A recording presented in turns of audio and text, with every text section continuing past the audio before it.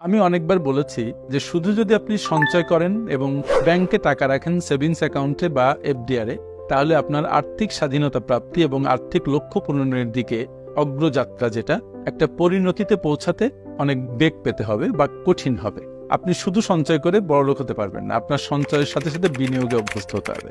আমি আজকে এই ভিডিওর মাধ্যমে আপনাদের স্বল্পমেয়াদী ও দীর্ঘমেয়াদী বিনিয়োগ কৌশল নিয়ে কিছু আলোচনা করব।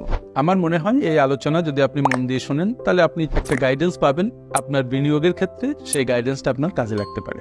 সুপ্রিয় শ্রোতা, আমার সাথে যারা আপনারা নতুন, তারা আমাদের চ্যানেলটিকে সাবস্ক্রাইব করুন, আমাদের সাথে থাকুন, আর ভিডিওটা যদি ভালো লাগে লাইক, শেয়ার, কমেন্ট দিয়ে অন্যদেরকেও দেখার ব্যবস্থা করে দিন।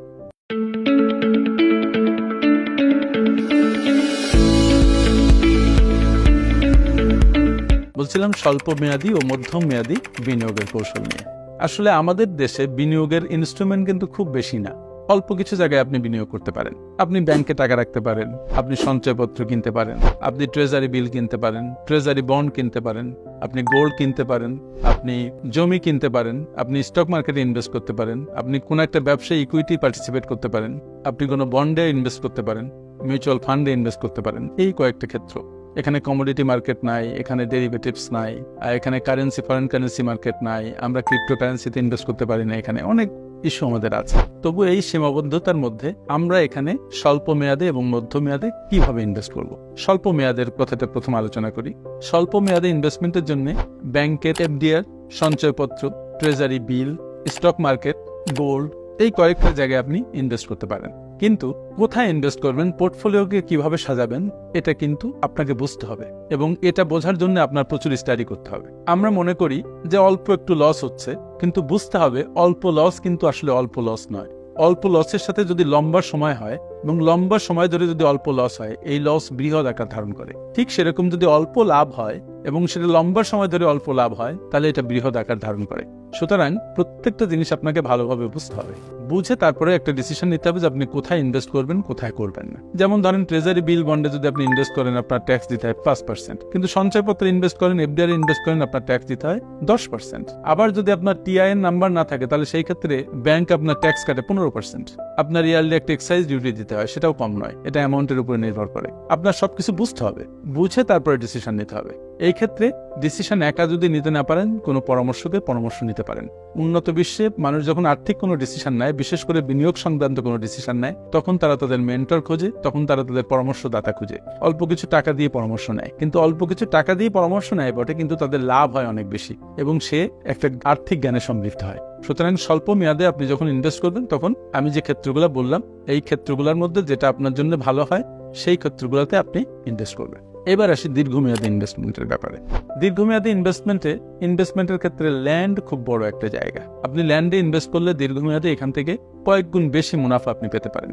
স্টক মার্কেটে দীর্ঘমেয়াদে করা যায়, স্বল্প মেয়াদেও করা যায়। যারা ডে ট্রেডিং করে বা 3 মাস, 6 মাস, 1 বছরে বিক্রি করে ফেলে, তারা স্বল্প মেয়াদে কাজ করে। আর যারা লম্বা সময় ধরে ইনভেস্ট করতে চায়, তারা দীর্ঘমেয়াদে কাজ করে, দীর্ঘমেয়াদী বিনিয়োগকারী। ওয়ারেন বাফেটের নাম আমরা জানি, যিনি প্রায় 70 বছরের বেশি সময় ধরে তার বিনিয়োগের যে ক্যারিয়ার, সেটা চালিয়ে যাচ্ছেন এবং যত দিন যাচ্ছে তত ওনার অ্যাসেটের পরিমাণ বাড়ছে। এটা একটা কম্পাউন্ড ইফেক্ট। লম্বা সময় ধরে বিনিয়োগ করলে যে লাভ পাওয়া যায়, তার যে একটা কম্পাউন্ড ইফেক্ট থাকে, এটা দুর্দান্ত। এটা আপনাকে অনেক ধনী করতে পারে।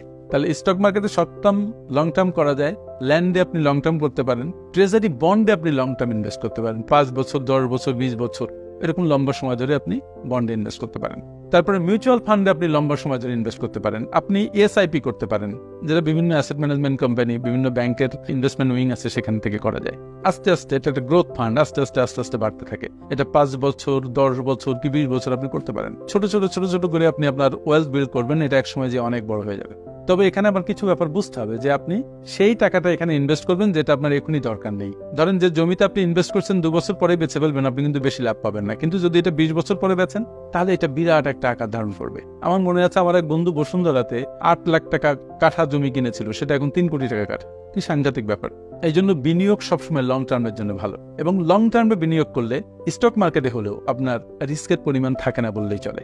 যদি আমি বলছি যে বিনিয়োগ খুবই ঝুঁকিপূর্ণ, কিন্তু জমি কেনার সময় যেমন বুঝে শুনে কিনতে হবে, পজিশন বুঝে নিতে হবে, জমি দলিল ঠিক থাকতে হবে, খাস জমি কেনা যাবে না। ঠিক ওরকম গোল্ড কেনার সময় বুঝতে হবে যে এটা সঠিক গোল্ড কিনছেন কিনা। বন্ডে ইনভেস্টমেন্ট করার সময় আপনাকে বুঝতে হবে যে আপনি করবেন কিনা, কারণ এই টাকাটা আপনার আবার তাড়াতাড়ি লাগবে কিনা। তাহলে যে টাকাটা আপনার এখন লাগছে না, একটা লম্বা সময় পরে আপনার লাগবে, সেটা আপনি লং ইনভেস্টমেন্টের মধ্যে ফেলবেন। আর যে টাকাটা তাড়াতাড়ি কাজে লাগতে পারে সেটা আপনি স্বল্প মেয়াদী ইনভেস্টমেন্টের মধ্যে রাখবেন। তবে হ্যাঁ, একটা কথা বলবেন না, সেটা হচ্ছে আপনাদের জন্য ইমার্জেন্সি ফান্ড থাকে। 3 থেকে 6 মাস চলার মতো ইমার্জেন্সি ফান্ড আমাদের খুবই দরকার। যদি না থাকে এবং আপনার কোনো বিপদ হয়, তাহলে আপনার এই যে ইনভেস্টমেন্ট এটা পুরো উল্টাপাল্টা হয়ে যাবে। তখন দেখবেন যে আর্থিক লক্ষ্যকে সামনে নিয়ে আপনি ইনভেস্টমেন্ট পোর্টফোলিওকে সাজিয়েছেন, সেই আর্থিক লক্ষ্য আপনার পূরণ হচ্ছে না, বরং আপনি আরো ব্যাকফুটে চলে যাচ্ছেন।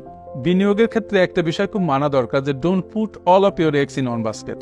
যখন অর্থনীতি খুব খারাপ হয়, দেখবেন যে অর্থনীতির সবগুলো খাত খারাপ হয় না, কিছু খাত খুব খারাপ হয়, কিছু খাত খুব ভালো হয়। এই জন্য আপনি আপনার পোর্টফোলিওকে এমনভাবে সাজাবেন যেন একটা খাত খুব খারাপ হলেও অন্য খাত থেকে সেই ক্ষতিটা আপনার পুষিয়ে যায়। এখানেই কথা হচ্ছে ডাইভার্সিফিকেশন।